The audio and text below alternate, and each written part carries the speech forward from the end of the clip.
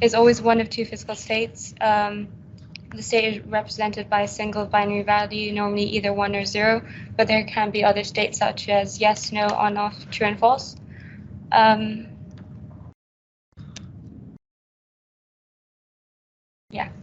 Unit of data that is, bytes, unit of data that is 8 binary digits long. A byte is the unit most computers use to represent characters such as a letter, number, or a typographic symbol. An example would be H and hello. Binary, a numeric system in which there are only two possible values for each digit, 0, 1. Denary, in a number system, we use the combination of numbers from 0 to 9. This is known as denary, decimal, or base 10. It's known as base 10 because there are 10 choices in numbers.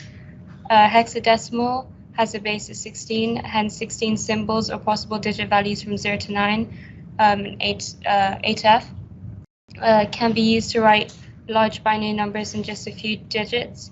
The grouping of binary digits makes it a lot easier for humans to read and understand. Yeah.